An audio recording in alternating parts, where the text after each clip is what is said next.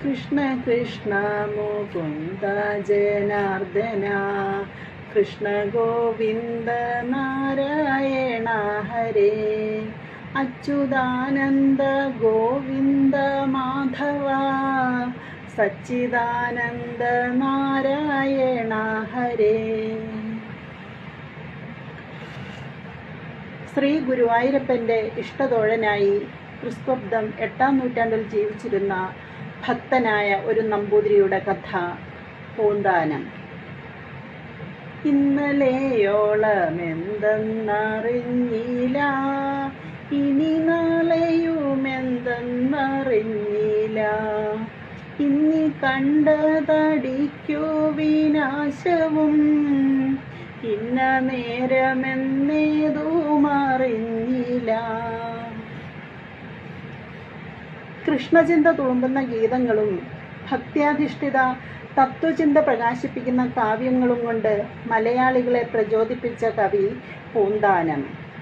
പൂന്താനത്തെക്കുറിച്ച് ധാരാളം ഐതിഹ്യങ്ങൾ പ്രചരിച്ചിട്ടുണ്ട്. പൂന്താനം എന്ന ഇല്ലപ്പേരിലാണ് അദ്ദേഹം അറിയപ്പെട്ടിരുന്നത്. മലപ്പുറം ജില്ലയിൽ പെരിന്തൽമണ്ണ താലൂക്കിൽ നെന്മേനി വംശത്തിൽ പൂന്താനം അല്ലെങ്കിൽ പൂങ്കാവനം എന്ന കവിഗൃഹത്തിലെ ഒരു നമ്പൂതിരി, ശുദ്ധനായ ഒരു നമ്പൂതിരി. പൂന്തേനാമ്പലകാവ്യം കണ്ണനു നിവേദിച്ച പൂന്താനം ജ്ഞാനപ്പാന പാടിയ പുംസ്കോകിലം, ജ്ഞാനപ്പാന പാടിയ പുംസ്കോകിലം.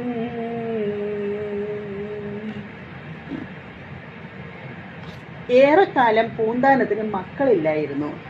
ആ ദുഃഖത്തിലും അദ്ദേഹം ഭഗവാനിൽ അഭയം തേടി. ഉണ്ണികൃഷ്ണൻ മനസ്സിൽ കളിക്കുമ്പോൾ ഉണ്ണികൾ വേണോ, ഉണ്ണികൃഷ്ണൻ മനസ്സിൽ കളിക്കുമ്പോൾ ഉണ്ണികൾ മറ്റു വേണമോ കൂട്ടിനാ, ഉണ്ണികൃഷ്ണൻ മനസ്സിൽ കളിക്കുമ്പോൾ ഉണ്ണികൾ മറ്റു വേണമോ കൂട്ടിനാ. ഉണ്ണിക്കണ്ണൻ കനിഞ്ഞു. ഏറെക്കാലത്തെ പ്രാർത്ഥനയ്ക്ക് ശേഷം പൂന്താനത്തിന് ഒരു ഉണ്ണി പിറന്നു. ഉണ്ണിക്കണ്ണനെ പോലെ സുന്ദരനായ ഒരു ഉണ്ണി.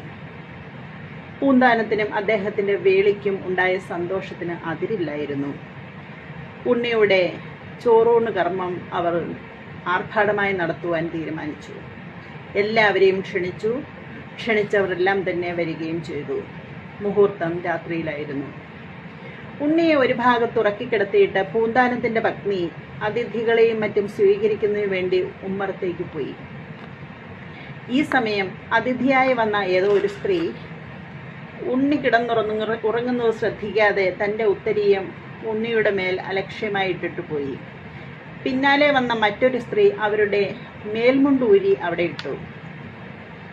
ചോറൂണിൻ്റെ മുഹൂർത്തത്തിന് അല്പം മുമ്പ് കുട്ടിയെ എടുത്ത് കുളിപ്പിക്കുവാനായി ചെന്ന ആ അമ്മ കണ്ടത് തുണിക്കെട്ടുകൾക്കിടയിൽ ശ്വാസം മുട്ടി മരിച്ചു കിടക്കുന്ന തൻ്റെ പൊന്നോമന പുത്രനെയാണ്.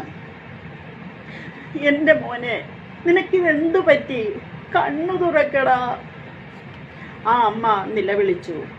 പൂന്താനവും ആ കാഴ്ച കണ്ട് സങ്കടം സഹിക്കാതെ തലതല്ലിക്കരഞ്ഞു.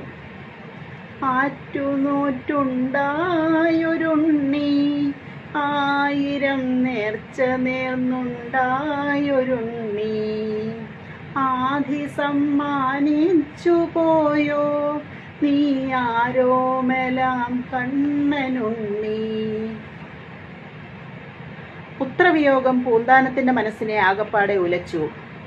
ഉണ്ണി മരിച്ചതോടെ അദ്ദേഹം തീർത്തും വിരക്തനായി. ആ ദുഃഖത്തിൽ ഉള്ളുരുകി എഴുതിയതാണത്രേ ഇഹലോക ജീവിതത്തിൻ്റെ നശ്വരത വെളിവാക്കുന്ന ജ്ഞാനപ്പാന. കണ്ടു കണ്ടങ്ങിരിക്കും ജനങ്ങളെ, കണ്ടില്ലെന്നു വരുത്തുന്നതും ഭവാൻ, 2-4 ദിനം കൊണ്ടൊരുത്തനെ തണ്ടിലേറ്റി നടത്തുന്നതും ഭവാൻ. മാളിക മുകളേറിയ മന്നൻ്റെ തോളിൽ മാറാപ്പു കേറ്റുന്നതും ഭവാൻ, തോളിൽ മാറാപ്പു കേറ്റുന്നതും ഭവാൻ. കൃഷ്ണ കൃഷ്ണ മുകുന്ദ ജനാർദ്ദന കൃഷ്ണ ഗോവിന്ദ നാരായണ ഹരേ അച്യുതാനന്ദ ഗോവിന്ദ മാധവ സച്ചിദാനന്ദ നാരായണ ഹരേ. അത്യന്തം ദുസ്സഹങ്ങളായ വ്യസനങ്ങൾ നേരിടുന്ന കാലങ്ങളിൽ ജ്ഞാനപ്പാന മനസ്സിന് സമാധാനമുണ്ടാക്കുന്നു.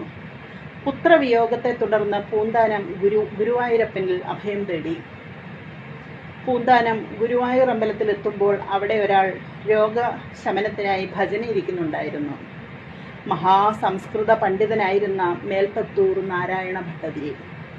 വിദ്വാനായ ഭട്ടതിരിക്ക് പൂന്താനത്തോട് അകമേ പുച്ഛമായിരുന്നു. പൂന്താനം ഒരു ദിവസം ഭട്ടതിരിയെ കാണാനെത്തി.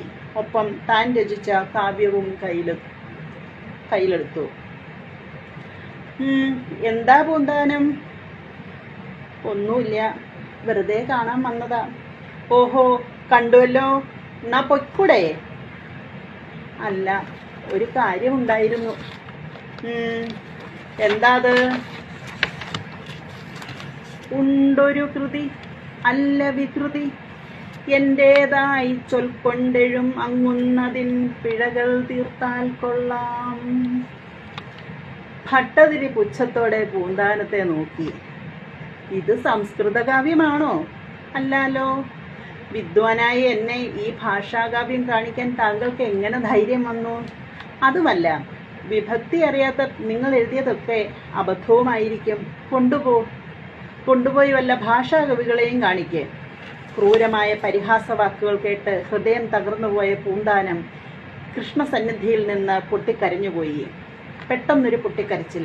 പൂന്താനം തിരിഞ്ഞു നോക്കുമ്പോൾ കൃഷ്ണ, ഹരേ കൃഷ്ണ. വേദന സഹിക്കാതെ ഭട്ടതിരി പൊട്ടിക്കരയുന്നു. ശമിച്ചിരുന്ന വാതരോഗം കലശലായി. അപ്പോൾ അവിടെയതാ ഒരു ദിവ്യപ്രകാശം, ഒരശരീരി. കേളിയേറിന മേൽപ്പത്തൂരിൻ്റെ വിഭക്തിയെ കാളിഹ പൂന്താനത്തിൻ ഭക്തിയാണെനിക്കിഷ്ടം. കൃഷ്ണന്റെ സ്വരം. പാണ്ഡിത്യഗർവ് പൂണ്ട ഭട്ടതിരി എത്രയും പെട്ടെന്ന് ഈ ഭാഷാകവിയുടെ സങ്കടം തീർക്കണം, എന്നാലേ ഈ വാതരോഗം ശമിക്കൂ. പൂന്താനത്തോടുള്ള ദൈവപ്രീതി കേട്ട് ഭട്ടതിരി അന്തം വിട്ടു. പൂന്താനത്തിൻ്റെ കാൽ പിടിച്ച് മാപ്പപേക്ഷിച്ചു. ആ ഭാഷാകാവ്യം വായിച്ച് ഭട്ടതിരി പ്രശംസിച്ചു. പൂന്താനത്തെ അപമാനിക്കുന്ന ഗുരുവായൂരപ്പൻ സഹിക്കില്ല. അത്രയ്ക്കാണ് ആ ഭക്തനോടുള്ള പ്രേമം. പൂന്താനത്തിലെത്തി പൂജ്യനാം വിപ്രന്റെ പൂർണ്ണാവര രക്ഷ കണ്ണനല്ലോ. പൂന്തേനാം ഹൃദ്യകാവ്യങ്ങൾ വിരചിച്ച പൂന്താനം കണ്ണന് സ്വന്തമല്ലോ. പൂന്താനത്തിന് പാണ്ഡിത്യം കുറവായിരുന്നു. എങ്കിലും ഗുരുവായൂർ അമ്പലത്തിൽ പല പണ്ഡിതന്മാരും ഭാഗവതം വായിച്ച് അർത്ഥം പറയുന്നത് കേട്ട് ഭാഗവതം തന്നെ അദ്ദേഹത്തിന് ഹൃദിസ്ഥമായി. ആര് ഭാഗവതം വായിച്ചാലും അർത്ഥം പറയാൻ പൂന്താനം വേണമെന്നായി ആളുകൾ. അതോടെ പണ്ഡിതന്മാർക്ക് പൂന്താനത്തോട് അസൂയയായി. ഇയാളെ ഒരു പാഠം പഠിപ്പിക്കണം അവർ തീരുമാനിച്ചു. അന്ന് ഗുരുവായൂരപ്പന് ഏറ്റവും പ്രിയപ്പെട്ട രുക്മിണി സ്വയംവരമായിരുന്നു. രുക്മിണിയുടെ ദൂതുമായി ഒരു ബ്രാഹ്മണൻ കൃഷ്ണനെ കാണാൻ ചെന്നതാണ് സന്ദർഭം. രുക്മിണി ഇങ്ങനെയൊക്കെ പറഞ്ഞ് ഒരെഴുത്തും കൊടുത്തയച്ചു എന്ന് പൂന്താനം അർത്ഥം പറഞ്ഞു. ഏയ്, ആ പറഞ്ഞത് ശരിയല്ല. എഴുത്തു കൊടുത്തയച്ചു എന്ന് ഏത് ശ്ലോകത്തിലാണ് പറഞ്ഞിട്ടുള്ളത്? പൂന്താനം എളിഭ്യനായി.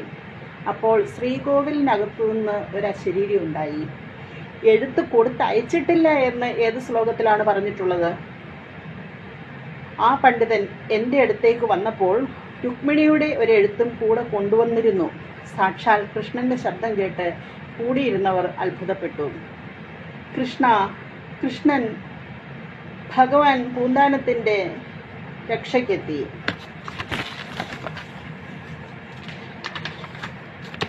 പൂന്താനത്തിലെത്തി പൂജ്യനാം വിപ്രന്റെ പൂർണ്ണാവര രക്ഷ കണ്ണനല്ലോ.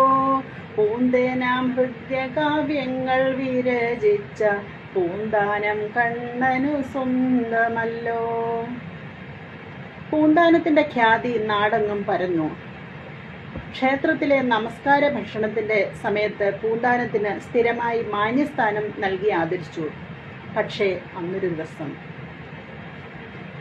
പൂന്താനം ഇന്ന് നമസ്കാര സദ്യയ്ക്ക് മാന്യസ്ഥാനത്തിരിക്കേണ്ട. ക്ഷേത്രത്തിൽ ഒരു മഹാപണ്ഡിതൻ വന്നിരിക്കുന്നു. വിദ്വാനായ അദ്ദേഹത്തിനു വേണ്ടി പൂന്താനം സ്ഥാനം ഒഴിഞ്ഞു കൊടുക്കുക. ക്ഷേത്രാധികാരികളുടെ തീരുമാനം പൂന്താനം കേട്ട് ദുഃഖിതനായി.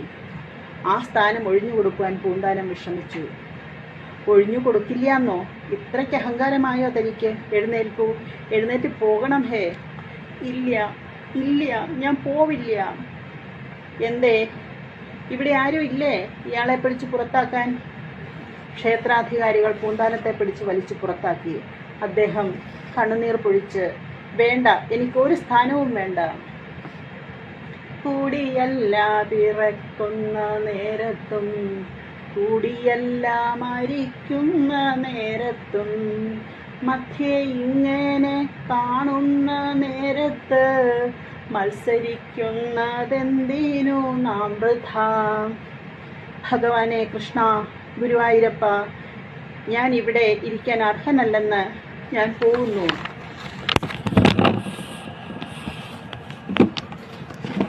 അപ്പോൾ ശ്രീകോവിലിനകത്തു നിന്ന് ഒരശരീരി മുഴങ്ങി, ഈ ദുഷ്ടസംസർഗം വേണ്ടൊഴിച്ചിടുക, ഈ സഹവാസം ത്യജിക്കാനൊരുങ്ങുക.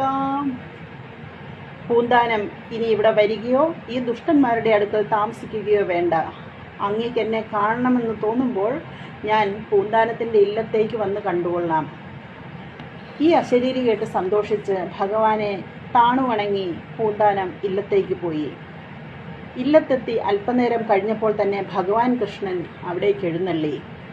പൂന്താനം, എൻ്റെ സാന്നിധ്യം എപ്പോഴും ഇവിടെ ഉണ്ടായിരിക്കും. ഭഗവാനെ കൃഷ്ണ, ഗുരുവായൂരപ്പ, ഭക്തവത്സല, ഈ കാരുണ്യത്തിന് ഞാൻ എന്ത് സുഹൃതമാണ് ചെയ്തത്? പൂന്താനം സാഷ്ടാംഗം പ്രണാമം ചെയ്തു. കണ്ണു തുറന്നു നോക്കുമ്പോൾ ഭഗവാൻ അപ്രത്യക്ഷനായിരുന്നു. കൃഷ്ണ കൃഷ്ണ മുകുന്ദ ജനാർദ്ദന, കൃഷ്ണ ഗോവിന്ദ നാരായണ ഹരേ, അച്യുതാനന്ദ ഗോവിന്ദ മാധവ, സച്ചിദാനന്ദ നാരായണ ഹരേ. ഭഗവാനെ കണ്ട സ്ഥലത്ത് പൂന്താനം ഒരു കൃഷ്ണ വിഗ്രഹം പ്രതിഷ്ഠിച്ചു. ശ്രീകോവിലും പണിതു. അവിടെ നിത്യവും പൂജയും നിവേദ്യവും അർപ്പിച്ചു. ആ സ്ഥലം പൂന്താനമിരുന്നതിൻ്റെ ഇടത്തുവശത്തായതിനാൽ അതിനെ ഇടത്തുപുറത്തമ്പലം എന്ന് വിളിക്കുന്നു. ആ അമ്പലവും പൂന്താനം പൂജിച്ച വിഗ്രഹവും ഇന്നും അവിടെയുണ്ട്. പിന്നീട് ഭഗവത് കാരുണ്യത്താൽ പൂന്താനത്തിന് ദീർഘായുസ്സോടു കൂടിയ സന്താനങ്ങൾ ഉണ്ടാവുകയും വളരെ കാലം അർത്ഥപുത്ര മിത്രാദികളോടൊപ്പം സമൃദ്ധിയോടെ ജീവിക്കുകയും ചെയ്തു.